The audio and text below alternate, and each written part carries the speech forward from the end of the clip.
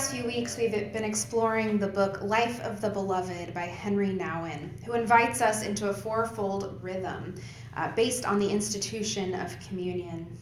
The 4 words in the institution of communion, the 4 acts that are done in communion, are taken, you take the bread, bless, broken, and given. So taken, blessed, broken, and given.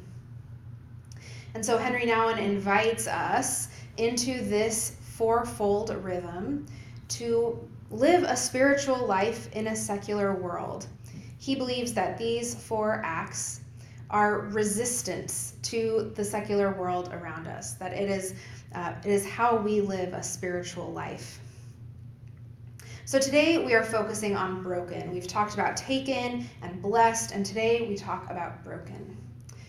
There is so much in Christian culture that tells us that we are inherently broken, that there is something fundamentally wrong with us. And I want to say that that is not where we're going today. What I understand brokenness to mean, and what I think Henri Nouwen understands brokenness to mean, is vulnerability. Jesus' body breaking does not represent a fundamental flaw in Christ or humanity.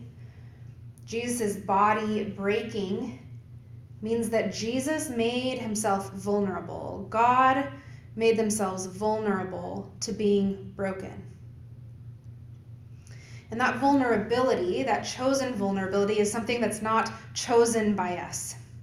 But in order to fully know us, God came and made themselves vulnerable to being broken, so that there would be a link and a connection and a path between human and divine. So when we say that all are broken, what we're saying is that all of us experience brokenness. We are all capable of having our hearts, our spirits, and our bodies broken.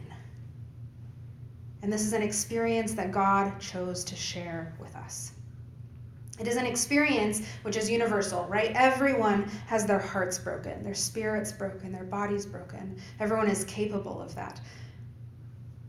But not everyone experiences suffering or brokenness in the same way.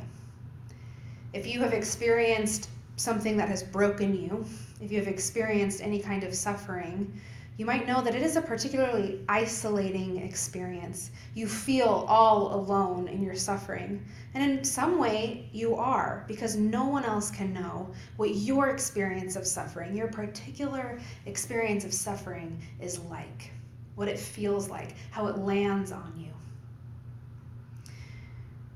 Henri Nouwen says, "I am deeply convinced that each human being suffers in a way that no other human being suffers. Everyone suffers, but not everyone suffers the same brokenness. In the greatest sense of truth, we are alone in our brokenness and in our suffering." Henri Nouwen says, "We know that the joy of life comes from the ways in which we live together, and that the pain of life comes from the many ways that we fail to do this well." This might sound hopeless, but I don't think that it is. Henri Nouwen shares his sense of brokenness, his personal sense of brokenness, and how he sees that in other people. He talks about sexuality, and I don't mean sexual orientation. I mean eros, the spirit of desire to be seen and touched and embraced, the desire to be safely held, the desire to play, to be engaged with in something playful and creative. This eros, this is a yearning for communion with another, to be unified with other people. And because our society, right, the secular world as he calls it, is fragmented and individualistic and capitalistic, it does not value communion. It does not value those tender needs, the bodily needs, the desires of our hearts and minds and bodies. It values profit and success. So when these desires emerge for us, we satiate, we push aside, or we give it crumbs. We give it something like what we need. We give it crumbs when we really need a meal. We as human beings, we need to be touched, to be seen, to be embraced, to be safely held. And because we need, that need is the thing that makes us vulnerable. Any sort of need, dependence on someone else, or dependence on a relationship, because we have that, we are able to be broken. We are able to be rejected. It is possible that someone will say no to us. It is possible that that need might not be met. We can either pretend we don't have these needs and tell ourselves we are not vulnerable, and we will still be broken. We will still not have our needs met. Or we can lean in to that vulnerability. Henri Nouwen invites us to do two things. The first is to befriend our vulnerability. And the second is to put that vulnerability under the blessing we talked about last week. When we first experience brokenness, we experience it under the curse, right? Under the imperfect world. We experience it under the umbrella of shame and fear. And so it always confirms our self-rejecting beliefs about us. When we experience our brokenness under the curse, it looks like terribleness. It looks like punishment. It says, yep, I deserve this because of all of the negative and terrible things I believe about myself. God must be punishing me. But if we take this brokenness and we place it under the blessing, we hold it in the light of blessing, it changes.